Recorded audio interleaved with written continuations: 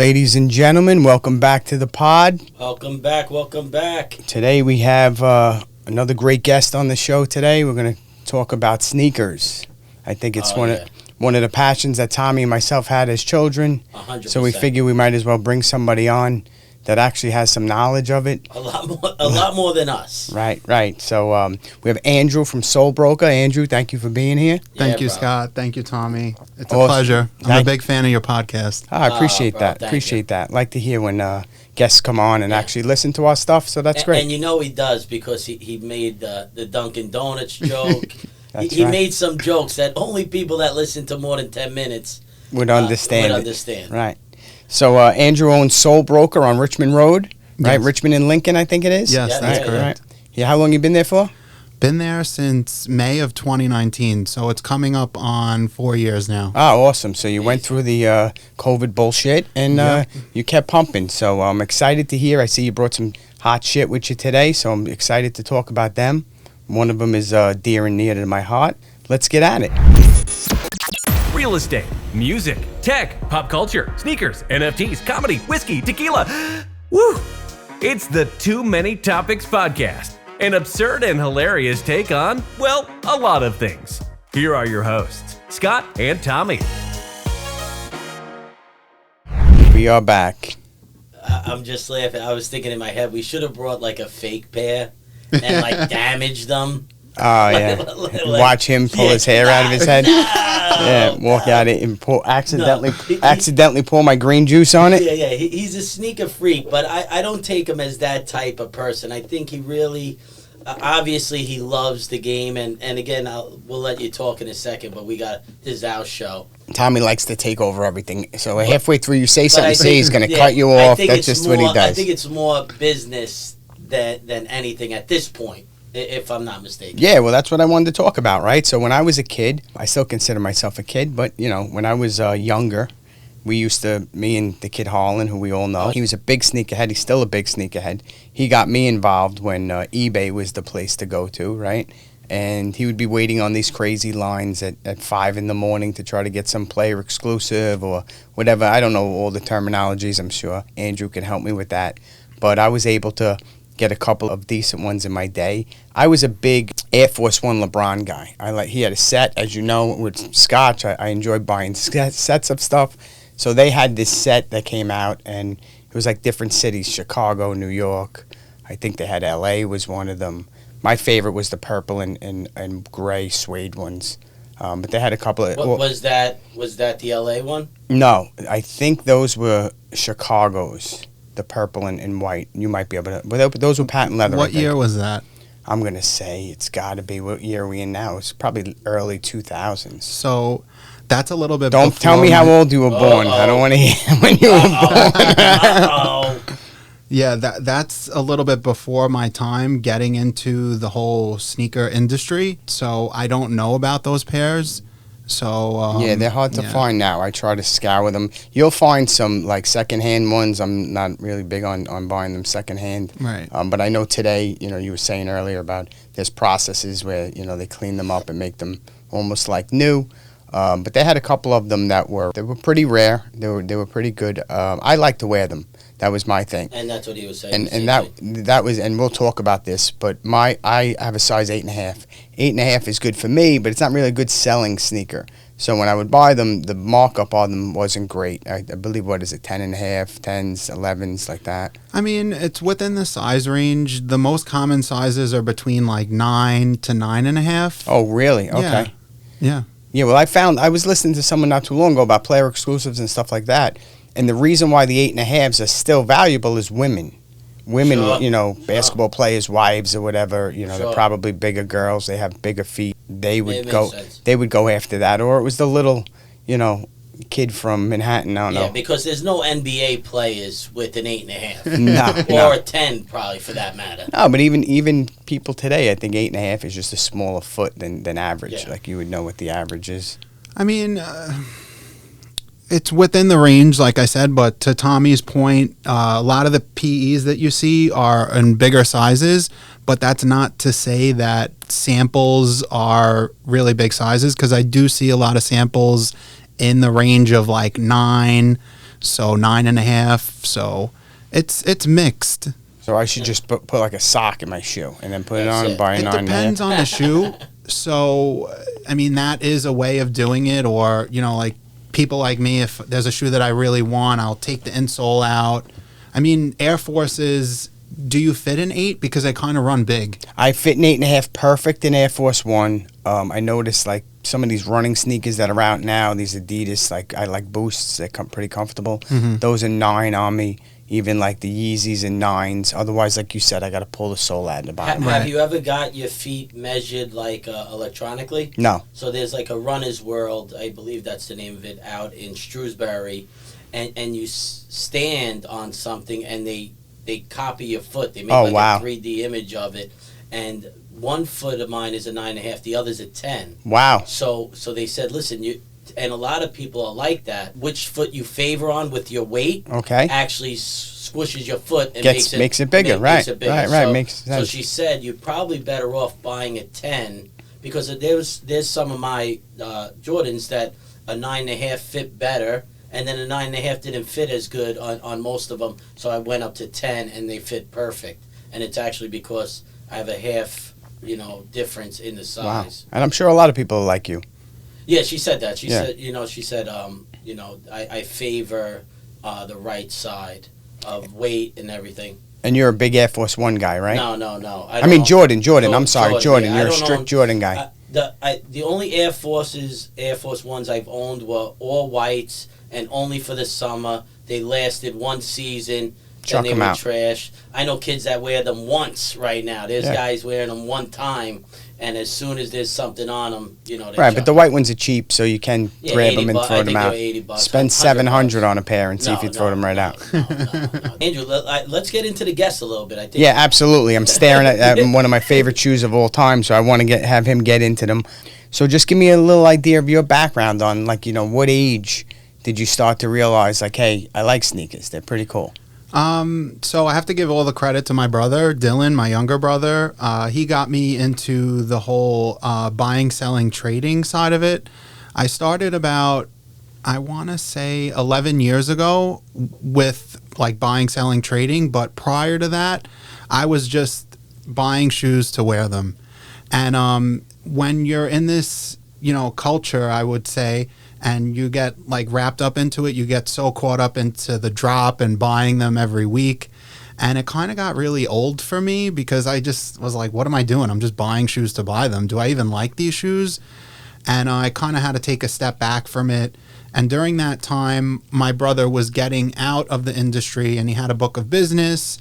And he said, Andrew, do you want to get into it? And I said, oh, this seems like a waste of my time. I'm not really interested. He showed me his numbers and what he was making and kind of piqued my interest. And after my first deal, it was all over after that. That was it. Sometimes that's like real estate, right? Yeah, People, it's wild. They come in, slow and steady, and then once something hits, now it's like they're ready to run through the wall. Yeah. What is your favorite sneakers? Like, if you were to have your preference? That's a tough question. What were you buying prior to getting into the business? What was your shoe to wear? Retro Jordans, like very similar to you. Yeah. Just retro. My favorite pairs were threes, fours, and sixes, and just buying just retro releases like Carmine sixes, Sport Blue sixes, True Blue threes, shoes like that. Yeah. I was a big 3 fan. That was I was never a Jordan fan. I just felt that they were a little too bulky on me. Right. But I did like the 3s. I felt like they were a little more slimmed down. They were almost like, are they 3/4 considered or are they high top? I mean, I feel like some of these. They're like these. No, they're a little taller than them. I would consider them mids. Mids, right? Yeah. Mids. Yeah. That's where I kind of like them. But I see that you have a pair right here. Why don't you tell me about these beautiful lasered. Yeah, and for those listening. For those of you that don't know, I have flowers on my arm that are the exact same flowers that are in the Uenos. Oh wow! No shit. Yep. What a coincidence. So these are the Ueno Sakura Air Force Ones. These were initially dropped in Japan in 2005. So as you mentioned, these are the Sakura leaves that are engraved or lasered onto the shoe. So in Japan, would it be called the sakura tree, and it has these really nice pink flowers. So that whole motif is lasered on the shoe, and you just have the Ueno logo on the heel. These are kind of special because there weren't many pairs made. Prior to getting on the podcast, I was talking to Tommy off camera about these, and the thing that's special about them is these are an 11. Most of the people out in Japan, when they made the shoes, they made them in smaller sizes. Sure. So an 11's really hard to come by. And I actually have 3 pairs of these. I told Tommy I had 2, but I forgot about the other one. I'm a little bit of a hoarder. Sure. And just a side note, those Japanese kids are the kids I used to fight with to try to get the 8.5s, because those are the only ones that fit in 8.5s. Yeah, I was going to try and sell you on the 8 that I have, but you only wear an 8.5. Yeah, so. I might buy them. Right, just to get them again. You see, now it's all coming clear. You see him, he said, Air Force One's run a little big, so you an 8 or an 8.5? Yeah. No, He's definitely a salesman. I'm always transparent with customers. You were telling me before, like with the shoes and trying them on, we always have our customers try the shoes on. But I'm digressing a little bit. So here's the Ueno Sakuras. It's great to have a pair like this in the collection. And my other ones, I just sent them out because I wore them and they started to fall apart. So shoes from this era, keep in mind when you wear them, there's always a chance of them falling apart. They look great from the outside, but what's interesting is the inside of the shoe where the foam is and the air unit. I believe it's like polyurethane. Don't quote me on it. My cobbler probably knows better than I do. They rot from the inside out. Is that why they turn yellow? Yeah, so that's a part of it, like oxidation, but the inside of the shoe, I noticed I was wearing them and the air unit was like popping out. I was like, what's going on with these shoes? And my cobbler told me that I need to replace the inside of the shoe, so I had to wind up getting a regular pair of white on whites, send him the shoe, and he'll re-swap them. So, that's awesome. Yeah. That is awesome. So what are those called? Watermelon bottoms? They Yeah. still call them that? Yeah. Okay. So you Just want to make sure I'm still in the Yeah, game, you're right? on I'm an point. OG, but I want to make sure I'm still in the game. You're on point. And anybody listening that doesn't see this, hop on YouTube so you could actually see these sneakers. They're amazing. Real quick, Andrew, what's the lifespan of a sneaker? Because you mentioned that, and again, I'm holding things from, I wouldn't go back as 03, but pretty far back. I think maybe 07, 08, 09, I really started buying like a ton. And they're all Jordans. They're all, my favorite was the 11. Great shoe. I really like the 6s as well. Do they have a lifespan if they're just sitting? So definitely a good question. I want to talk about the lifespan because it's not about how old the shoes are, but how often you wear them. My brother gifted me a pair of Thunder 4s. I believe they're from 2011. Don't quote me. 2011 or 2014. And I wore them from brand new 3 times and they started to fall apart. I'm like, this shoe is pretty new. So 2 points. When you get a shoe, you want to wear them. And even if you're not wearing them outside, take them out, put them on your feet, walk around inside. Especially when you have 30, 40 pairs or even more than that. A lot of times you see collectors, the shoes are falling apart. So it's hard to put a finger on how long the shoes are going to last. The most important thing is actually wearing them. But Really? Rule of thumb, Tommy, any shoe that is over 10 years old, it's subject to falling apart. So I try and be transparent with customers when they're buying shoes and just let them know, hey, the shoe is X amount of years old. It may be separating or falling apart. Separation is when the glue, because these are glued, Air Forces are stitched all the way around. It's when the glue comes apart from the sole to the upper of the shoe. Yeah, it rises up. Right. So like the way to check for separation, and we do this with all the shoes in the store, is we press the upper against the midsole, and if it starts separating, then that's like the first step. The beginning of the end. That's the beginning of the end, yes. Yeah, because I've seen kids wear sneakers that were retros, like hard stop, and Come right out of them. and right out. Yeah, well, you're not Right supposed to out. play touch football with them, No, right? no, Those aren't. no. Listen, these are like pretty sneakers. I don't think I'd wear them. That's why. Well, with the Uenos, I bought an 11 because I knew I was going to flip them. But it also prevented me could from be wearing yours. them. But it also prevented me from wearing them, right? Right. So it was that was the other reason behind, because when I first bought those, I said if somebody steps on these, right, back in the day, you don't want people, you know. You got to go get the gun. Right. It was just a bad situation. Let me ask you, what do those go for now?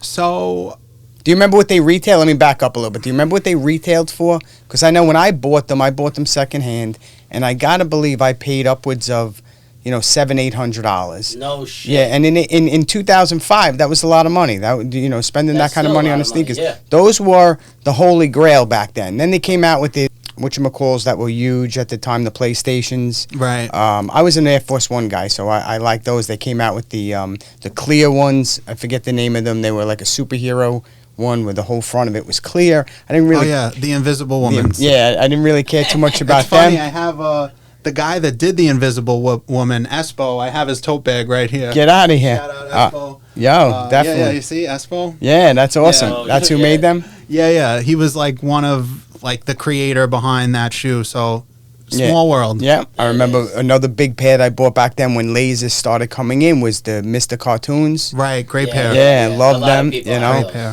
I just saw an article on him the other day. He's still around, that guy. Oh, Yeah, is yeah. it? Yeah, he's he looks like a gangbanger type of guy. I don't know, what his deal was, but yeah, those were another hot sneaker that I liked. I never had the PlayStations. They came right out. I think that's when the explosion started. And now Right. they were like 2,000 out the gate. Right.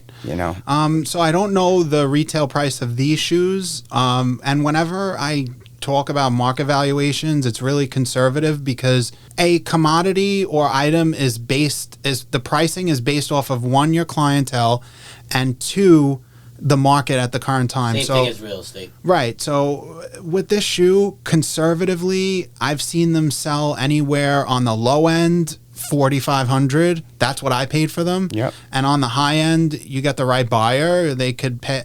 I know Urban Right. Necessities has a pair for like $11,000. So, Can you imagine? I paid $700 for these stupid Yeah, things. selling them Not for stupid. They're a collectible. Well, is that the one Sotheby's got rid of? No. So it's a great point that you brought up, Tommy, because this shoe, there are two versions. You have the regular release pair, and then you have the sample. So the sample sample one. is the one without the swoosh. I don't really care for it. An Air Force without a swoosh is kind of ugly, Yeah. in my opinion. Yeah. Hot take, but the sample pair is a lot rarer. I believe Sotheby's has sold in the past both the sample pair and the regular release. They just had a 12 sample for sale, and it probably got fetched well over 10,000. So Wow. Okay. Yeah. So they're right now. They're still anywhere you find them. They're going to be 4,500 to 10,000. I mean, I just recently listed them. I was telling Tommy before we were in here that I sold some shoes to finance the cost of my new home because I didn't want to touch any investments. But this pair right here is really special, and I want to show the box too. Yeah, the box is 'Cause, awesome. It's amazing. So, sorry.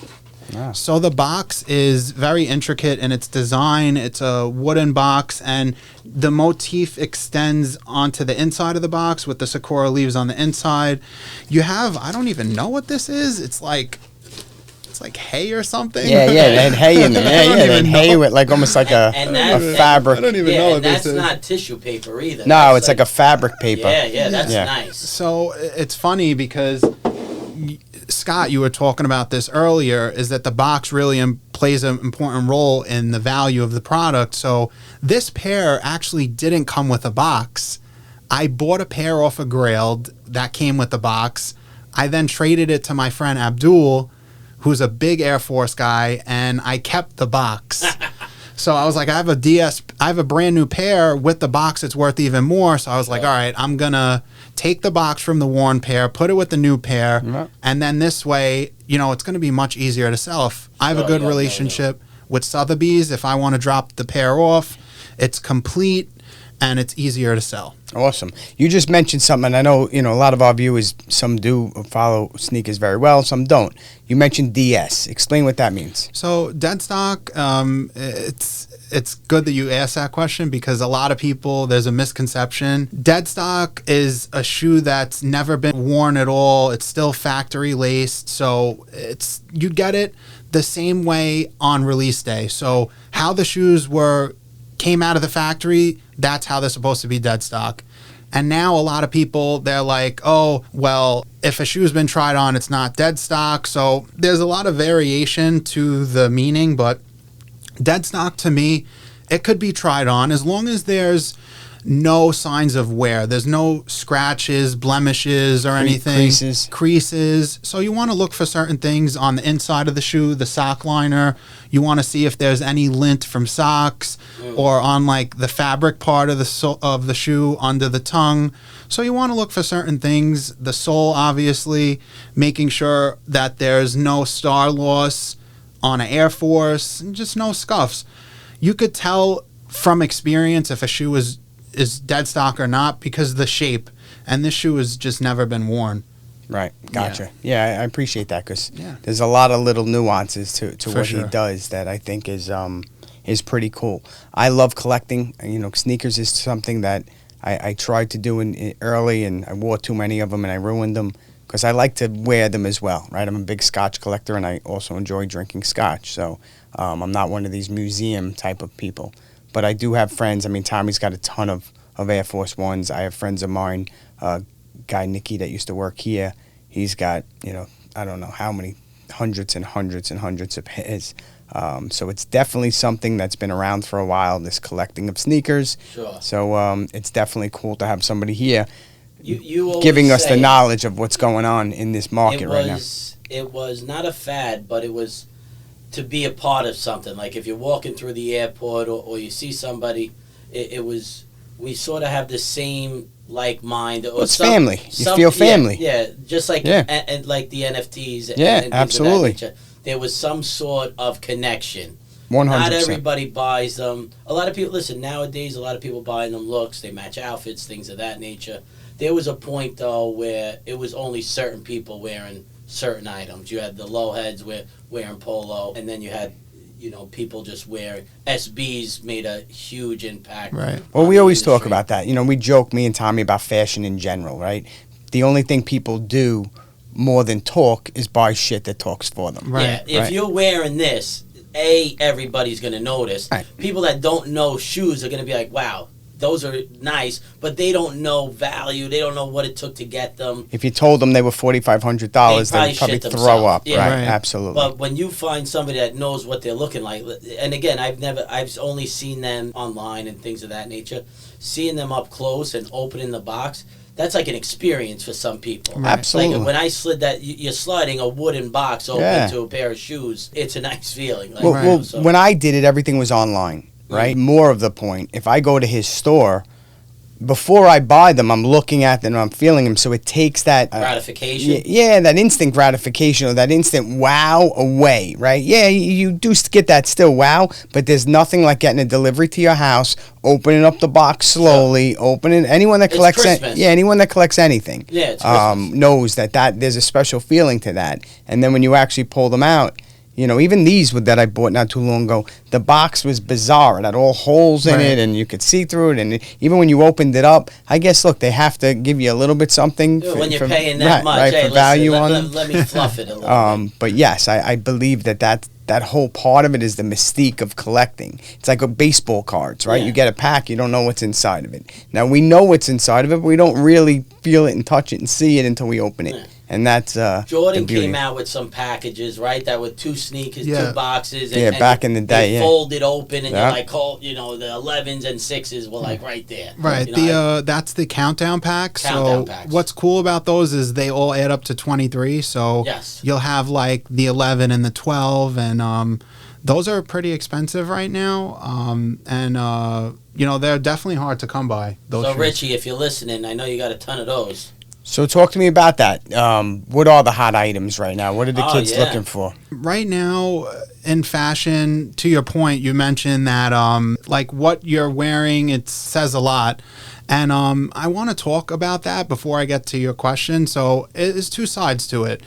You know, when I wear a shoe, it's because I like the shoe. It's not so much of a flex, but to your point, there are a lot of people in the industry that wear to show off, oh, look at me. But for me, I'm more of like an old school person. I don't want the attention. I'm just happy to own the shoe. I'm a collector like you are. That's 100% true. It's sometimes it's a status symbol for people, just how people wear a Rolex and drive a Mercedes. Right. Wear a Louis Vuitton bag or whatever it is. So, 100% true. But there's two sides to the coin. And hot releases right now, fashion is always changing. It's a fleeting field. So, what's hot today is not going to be hot tomorrow. And right now what we're seeing is Nike Dunks are very popular with the advent of Travis Scott and all these things. Pop culture plays a big influence, social media. So, Nike SBs, Air Jordan 1s, Yeezys, but right now, Yeezys are getting very oversaturated, and to remain competitive in this market, you need to be ahead of the curve and know what's in fashion, what's not. In terms of your merchandising, what you're buying. If a customer comes in, oh, we're not buying this because we know it's not going to sell. So you can't just buy everything. You need to know what's hot and what's not. And I would think exclusivity plays a part too, right? Like you said, the Yeezys. I feel like Yeezy went and he commercialized everything. He saw a market, and I guess he exploited it. That's what he does. But he pulled away from that exclusivity of it, right. And I think that's a big no-no in this business if you're looking to have legendary sneakers. So, yeah, to your point regarding exclusivity, it definitely plays a big role. Like right now, what's really hot is the Louis Vuitton Air Forces. Whenever something's really exclusive, especially with the passing of Virgil, all those shoes went for multiples of what the retail price is. Now, unfortunately, a lot of people were priced out of the shoes because of the retail price was like between $2,000 and $3,000.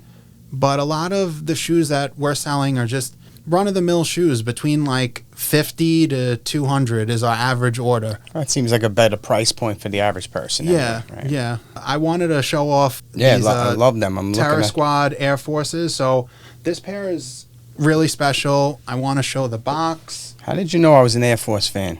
Brought all Air Forces in. I actually didn't know, and it's a pleasant surprise because seeing the Uenos, a pair that you owned, it's like a trip down memory lane. So I'm glad I brought them in. So this pair is pretty special. I just purchased them. I got a great deal on them. My friend PG knows. He's a big Air Force collector, as well as Don't Charge Abdul on Instagram. Shout out to them. They told me what this pair was worth. This is the Terra Squad Air Force. It's got Macho on the heel. These were actually auctioned off at charity. I paid $2,800 for them. They're worth conservatively between $4,000 to $5,000. Really nice materials on them. It's got the Terra Squad logo embroidered on the lateral side of the shoe. It's got Macho embroidered on the heel. That was Fat Joe's right-hand man. Apparently, they're not really on good terms, which was confirmed to me. And you don't want to bring up his name to Fat Joe, but these are 40 to 50 pairs made. What's really special about them is the box. It's signed Fat Joe and Clark Kent, and it says, "To Gabe, God bless, thank you for supporting DJ Clark Kent and Fat Joe." And every box is signed like that? Or are they, because it seems like it's personalized. I'm not sure. I don't know if all the pairs were auctioned off for charity or just one, but to have a signed box, it was awesome. It's awesome because I saw that Urban Necessities out of Las Vegas got most of Fat Joe's collection of, one-off shoes, and out of the cache of pairs they had, they only had one of these. Wow. So I felt special. I know to get these. Even Abdul said that this pair was the best one to get out of all of them. So it's great to own them. And before Tommy said to show off these, I'll take them off really quick. These are the Scars Pizza Air Force ones. And I want to talk about this pair. What's really cool about them is when I was in Williamsburg, I had my second store in Williamsburg. We opened during the pandemic, October of 20. Well, I don't want to divulge who I got them from because I want to be respectful of that. So a pizzeria in New York had a relationship with me, and they had access to the pairs, and I bought one of the pairs from them, and then after that I bought another pair. And as some of you guys may know, PG Nose sold a pair through Sotheby's for a whopping $120,000. And for me, Wow. it's not about the price. These shoes are made superiorly. You know, it's got the shape of an OG Air Force. There's premium details on them. There's embroidering. You know, I'm just going to show them again. Scar's Pizza is embroidered on the lateral side of the shoe. I believe this is the seal of, it's like a high school or something like that. Okay. So it's like it's Maybe a local high school? Right. It's embroidered on the tongue, 22 Orchard. That is the address of Scar's Pizza on the Lower East Side. There's Word is Bond on... So they did like a collab with Nike, or was it something that they did on their own? So basically what happened was Clark is really good friends with Scar Pimentel, the owner of Scar's Pizza. And to commemorate the store and everything like that, they did a collaboration with Nike.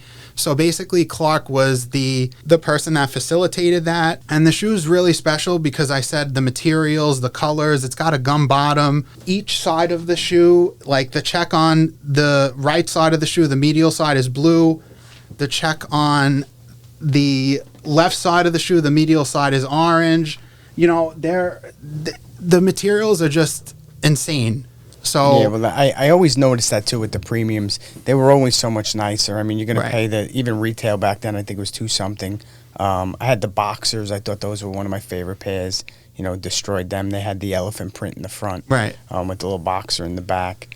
But yeah, those you can see just by looking at them the difference of some of these. What is a regular Air Force One retail for? Probably like $89. Yeah, like days? $90. I think they just raised the retail to like $100. But anything that Clark, like when you think of Air Forces, you think of three people. You think of Fat Joe, Clark Kent, and Mayer. And those are like the OGs. So to own a pair of these is like, for me, it's like amazing. And the gum bottom, this is like a tried and true New York shoe. Absolutely. I was going to say that gum bottom is definitely a tried and true New York shoe for sure. Right. I'm glad I brought in the shoes and got to show off some of the rarest Air Forces in my collection. And, you know, to show you the Uenos was great because, you know, you got to reminisce a little bit. Absolutely. I'm like a kid in a candy store right now. You know, it brings you back, like you said, 05. So that's probably around the time when I got them. I said early 2000s. You know, those were fire back then. They're still fire now, obviously. But the watermelon bottom got me. Right. You know, that was something completely different. Let's go back, right, to when you started. Were you one of those guys that waited online for exclusives, or did you have friends of yours that did? And I remember the crazy stories you used to hear, fist fights for who's place holding a spot for them, and people used to camp out the night before in front of these stores. I have a funny story regarding a lineup, and it was the last lineup I ever did. It was in 2014 for the Legend Blue 11s, and it was a shoe that I wanted. I wanted to get them for retail. I went to the mall. I got to the top of the line, and the line was for Jimmy Jazz. When I got to the top of the line, the guy said, "Oh, unfortunately, there's no pairs left." And I said, "You got to be kidding me." When that release happened, it was brick out. It was freezing. I couldn't even feel my toes. And when I got to the top of the line, for the guy to tell me there's no pairs left, it was like Jingle All the Way, where the guy's looking for a Turbo Man and he wanted to strangle the guy. I said, "You got to be kidding me." And that was the last lineup I ever did. Yeah, I can imagine. That probably put a bad taste in your mouth. Yeah, and it happened prior to that. Or during the same time, All-Star Weekend, they did a pop-up downtown Brooklyn, right across from the Barclays Center. They released the Don C. Jordan 2s. At the time, it was a really hot release. Had the cross-hatching, embroidering, you know, very similar to a Chanel bag. Made them very hot. And then they did some fragment 1s there, so I was going for either the 1s or the 2s. Same thing, top of the line, freezing out. Sorry, there's none. The guy ahead of me got the last pair. Wow. And I said, I'm not wasting my time doing this anymore. Yeah, I would assume that would definitely take the wind out of your sails. So how did you pivot from the normal, I guess I call it, the normal way of how we acquired sneakers to trying to still get them from a retail perspective? Basically what happened was, even prior to that, I was like buying, selling, and trading. So I started out in 2011. I've been doing it now for 11 years. And when I got into the buy sell trade, it was when Yeezys were as exclusive as they ever were. You know, they were releasing in Barney's, like Right, Kardashians were the only ones that had them. very limited. Now they're so overproduced, but you know, I started buying Yeezys, and I would even buy them at resale price. You know, buy a Pirate Black Yeezy for $500 and sell it for $650, $700. There's a lot of misconception because people think if you pay over what market is, you can't make money, and it's not true. As long as you find the right buyer, There's a demand, there's a price. right, or even do a trade. You know, a lot of people are so against doing that. But to answer your question, what I started doing was getting into the cheaper shoes like retro Jordans, because I found out, why spend $600 on one shoe when I could buy 12 pairs of shoes for $50 and sell them at $100, $150 each, and sell more volume, sell it quickly. Sure. So in any business, inherently, it's money over time, you know, the time value of money. So, absolutely, you know, you could have $600 shoes, or you could have $1,050 shoes, and for me, it's better to just have 1,000 pairs that are $50 because those are going to sell like water. So I remember my first bulk buy was in Staten Island. I'll never forget it. It was one person. I had a little Lexus at the time. I bought 50 pairs from him. I paid like $50 a pair, $2,500. Then his brother came from downstairs. Oh, you're selling your shoes? I'm bringing mine down. I'm like, buddy, I don't have no room in my car. I have a little Honda outside. So he came downstairs with 20 pairs. I bought the 20 pairs from him, and then his other brother came. They were coming out of the woodwork. So I got to go home and get a van. I literally, Scott, I had to make 3 trips. I bought 100 pairs. I paid like $5,000 for all of them. If you buy an asset for half of what it's worth, and let's be clear here, if you overpay, it's not an asset, it's a liability. Absolutely. So you need to get everything at the right price and do your due diligence, know what the market value is. And the only way you could do that is by learning the industry. So when you get into any business, you're not going to know everything from the beginning, and that's fine. Those 100 pairs, I sold them very quickly, and I built my book of business online before even opening my business, which really helped me out a lot. And I started buying bulk and doing trades in between, and you know, it's all about the acquisition cost. Whatever you get the asset for, you know, when you do a trade, you could divide the amount of items a person's giving you by the cost you paid, and then you know what your cost on those items is. So it's a lot of math and numbers, but I love it. Yeah, and I appreciate your approach, because I say that to people all the time, even in my industry. It's like, there's 2 ways to make $1 million. You could sell an apple for $1 million, or you can sell 1 million apples for $1. Right. You know, I'm more of an advocate of the 1 million apples, because I can make 1 million relationships. Right. And where is that 1 million relationships going to take me? And I think, to your point, that was a very, very good point that you made, that you don't always have to buy something for $2,000 hoping to get $1,000 out of it. You could actually buy something for $100, buy 10 of them, and get that same profit margin back. And in the interim, I have 10 new clients now, right? If I sell to one guy now, it's just that one guy I have to depend on to come back to my store. Yeah, fast nickels over slow dimes. Absolutely. And that's my Instagram name, Fast Nickels. Is it? Oh, that's awesome. We're going to get to that in the end on how people could find you. So to that point, how do you feel social media? I feel like that was a huge, proponent in this whole process of getting the word out there, right? Because that was the whole thing back in the day with me. It was eBay. That's all you had was eBay. Right. You didn't have these groups on Facebook and Instagram and TikTok and all the ability to get eyeballs on your product. Great point. I remember when I first started, predominantly I was listing things on Facebook groups, and that's still a big player right now. Facebook groups, they're very underrated. And there's a lot of power in starting within Facebook groups. I've used Instagram, I've used Grailed, I've used eBay, and there's a lot of different avenues you could choose to sell your product. It depends on what you want to do. But in general, the more platforms you're on, the higher chance you have to sell more product.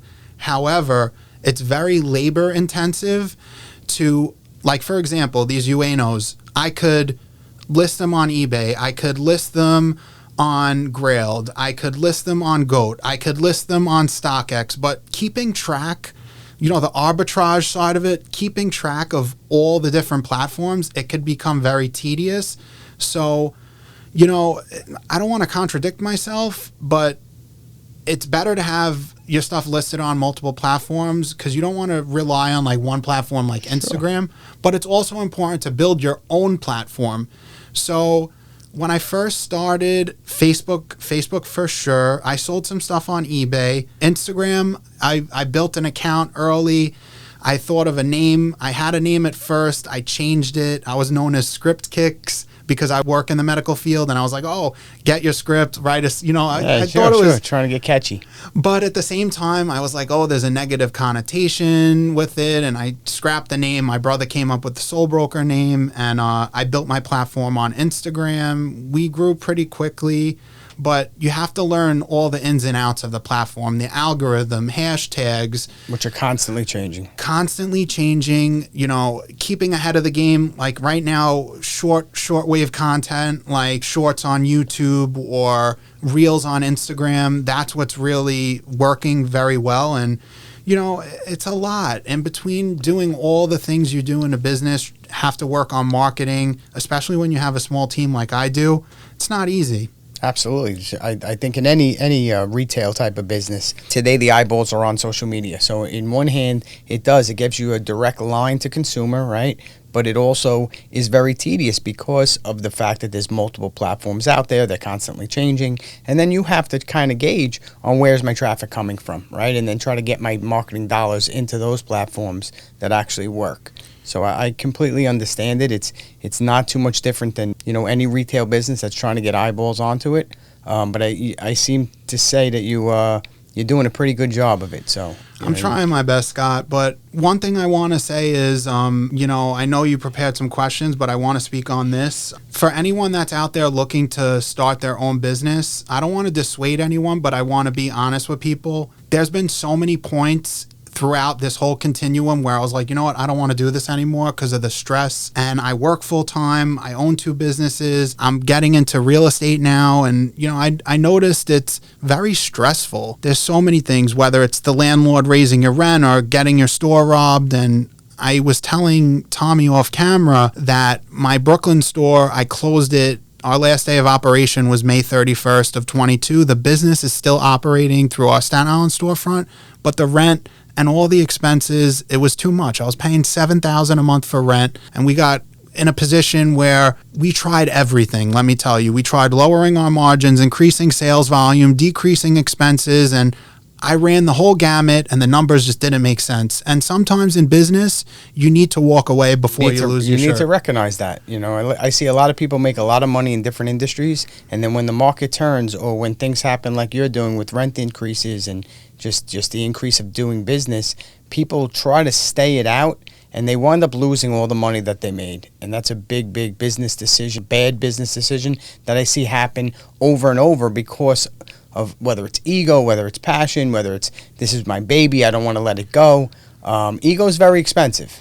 You know what, Scott, you mentioned a really good point. The first thing you said was ego, and I could put my ego aside and say initially I had the same sentiment because I didn't want to lose everything I worked so hard for, but I had to make that decision eventually. And, people talk about business, and you even spoken on other podcasts where they only show you what they want to show you, and they don't show you the ins and outs, operationally, how much it takes to run a business, the ins and outs, finding good staff, making sure everything's done the right way, and customer service and everything that's involved, taxes, quarterly taxes. It's not easy. And regardless of all that, even though I failed in terms of keeping the store open and, that was a failure, it was a learning experience. I learned so much in terms of signing a lease, signing a personal guarantee, breaking the lease, having to settle with my landlord and owe a lot of money. So it was a really good learning experience. And I was just listening to a podcast the other day in which the person that was on the podcast, they said they went through this whole experience, and for them to learn a lesson, it cost them a lot of money. What I feel is that it's not a loss, right? It's never a loss if you can come out learning something. Right. And how much would it have cost you to take and time to find some sort of a class or find some sort of a business.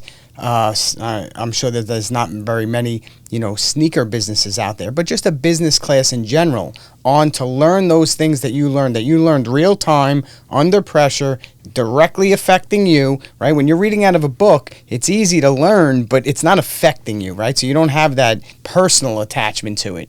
So to me, I don't think you lost anything. I think that the education that you got out of that is going to, exceed the damage that you might have done monetarily. I agree, Scott, and you make a really good point about, so I have my bachelor's degree, and I was thinking about going back to school to get an MBA in business, and I said to myself, number one, do I want to go back to school? And number two, do I need a master's to certify that I know how to run a business You do I'm already. doing it in real life? Absolutely. So, I just want to speak on this really quickly.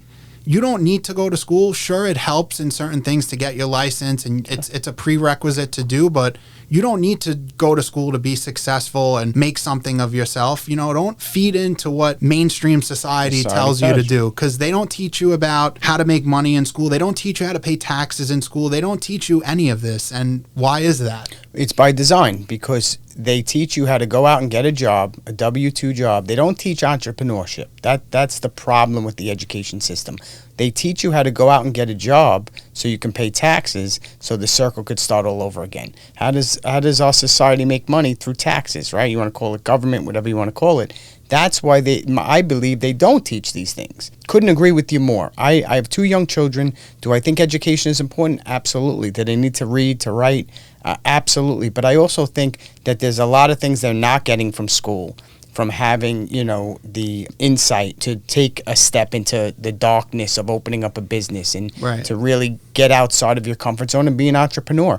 In 1980, there was no such word as entrepreneur. Right. Today, everyone wants to be an entrepreneur. And that's a problem also, because to your point earlier, you need to study something for 50, 100 hours before you can even put a pen to paper and say, hey, this is my business plan. Right. And I think that kids today, or people today, I always say kids, but I think people today don't deploy patience. I think patience is a big, big problem. I think it has to do with the way society has the ability to take a supercomputer out of your pocket, press a couple of buttons, and instantaneously get something, right? Whether it's food, whether it's Amazon sending me sneakers in 2 days. I don't want it in 2 days. They'll send it in 1 day. 1 day is not enough. Maybe 2 hours. That'll be at your doorstep. So I think that's what's conditioning society to have no patience. And to truly be successful in business, you have to do your due diligence. Whether it's, we talked earlier, I know that you're somewhat into the NFT space, and I see sneakers now are taking on that from a digital asset as well. And I see big things from that perspective, especially from these kids. I have an 8-year-old that runs around the metaverse with a Supreme hoodie on, and cost me $50, but it's like I might as well burn the money. Right. But I understand it, right? I understand that my son is in his environment with his friends, flexing, whatever you want to call it, enjoying that look, if you will. So I think that, in general, school anyway plays a part in a children's life, but I don't agree with every 90 days you get evaluated. If you don't do something right, that means you're a loser. No. I have a lot of friends, and I have no college education whatsoever. I feel that I've been pretty successful in life. So I don't necessarily put a lot of onus on making sure that you get the top of the line grades. I think that you should go in there and understand what you're trying to learn and learn it to the best of your ability, but then also have the ability to think outside the box, and possibly, especially kids today with computers, grandma and grandpa didn't have the ability to come home after their 9 to 5 and start a side business. Right. If grandpa wanted to make more money, he had to get another job. Right. Today, anyone that leaves their 9 to 5, I always ask you, what are you doing from 6 to 10? Right. You get home at 5, you eat your dinner. Now at 6 to 10, what are you doing? Are you vegging out on the couch? You're watching sports? You're watching YouTube? Or are you diving into a business or diving into something that you want to learn about? Because anyone from 8 to 80 can have a side hustle today. And I think that's what whether it's, you want to call it the internet or social media, that's what that brings to the table today. You mentioned so many good points, and it's great getting to be on a podcast and speak with like-minded individuals that share the same sentiments that you do. So the first thing you talked about is instant gratification, and that's extremely important because social media does condition people to think that. But, it takes 10 years to become an overnight success. And, Great point. In Great business point. right now, I've been doing this for 4 years and people are like, oh, he's successful. And no, I'm not. I'm a regular guy and I'm just getting started. I'm nowhere near where I want to be. And to your point, it's not very easy to run a business. And you mentioned technology. Nike just did 120 million in NFT sales, and I actually know somebody, I'm not going to divulge their name, they bought an artifact NFT, it was like a staple pigeon NFT, they paid $500, they sold it for $40,000. There you have it. On a $500 investment. There you have it. So, it's definitely a legitimate space, and I own an NFT myself. I have a very limited understanding about it, but it's definitely the future for sure. Oh, absolutely. I'm excited to where it's going to bring, and I'm excited to get to your place too. I've never been to your place. I'm excited to get over there and see what you have. I love sneakers. I love what you're doing. Got to applaud you. You're a young guy. You like you said, you have other things going on as well. You're running a couple of businesses. So my hat's off to you as an entrepreneur, and hopefully, we can bring you back here, next, I don't know, month or so and see what else is out there. Yeah. But before we leave, tell me where everybody can find you. So, first off, I want to thank you. It's been a pleasure to be on your podcast. I'm a big fan. As I said before, I listened to all your episodes. I just started a podcast myself. Oh, awesome. Is it actually off the ground? Yeah. What's the name of it? Yeah, it's called the Soul Broker Podcast. Awesome. So I speak a lot about business, entrepreneurship, motivational speaking, current and past events, lifestyle, just pretty much the whole gamut. And I like to just help people, with business and just using my knowledge because like I said before, everyone wants to talk about all the good and they don't mention everything in between. And I'm very transparent. Everyone's like, oh, you need to stop telling everyone about your business. But I don't really care about that because I'm here to help people. My goal in life is to help as many people as I can. So at the end of my life, I could feel fulfilled. And it's a big part. I'm a people person. That's why I work in the medical field. And I own a business where I deal with people every single day. So it's a big thing for me. But you could find me on Instagram. My personal account is Fast Nichols. You could find us, the business, at The Soul Broker, one word, at The Soul Broker BK. Okay, awesome. And your place is on Richmond Road here, right in Staten Island? It's on 2110 Richmond Road. It's in the same lot as Panino Rustico and Fushimi, right at the bottom of Toad Hill on Richmond and Lincoln. Awesome. So I hope everybody gets a chance to go by, check out this fire that this kid has, because it's definitely something to see if you're into sneakers. I know I am. I know I'll be by there. I have to. I'm gonna have to bring a checkbook with me because the numbers that he's throwing. For the Uenos. Yeah, the numbers that he's throwing out are a lot greater than they were 20 years ago, which like everything. But I really respect what you're doing and future success to everything that you do. And thank you so much, Scott. Thanks for being here. It's been a pleasure. Appreciate it. All right, everybody, we're gonna shut it down now. So hope you enjoyed this educational sneaker podcast. I know I did. I know Tommy did. Tommy had to sneak out a little early. He had something to do. Follow us on YouTube for this one. You're going to get to see the sneakers. I know a lot of us follow us on Apple and Spotify and stuff like that to listen to it. But try it if you get a chance. Jump on YouTube. We'll have this episode up shortly where you can actually really get into seeing what we're seeing right now. So enjoy the rest of the day and thanks for listening. Take care. Thanks for listening to the Too Many Topics podcast. Be sure to subscribe wherever you listen to podcasts. While you're there, leave us a rating and review. That helps spread the word about the show. Want more? Check out www.toomanytopics.com.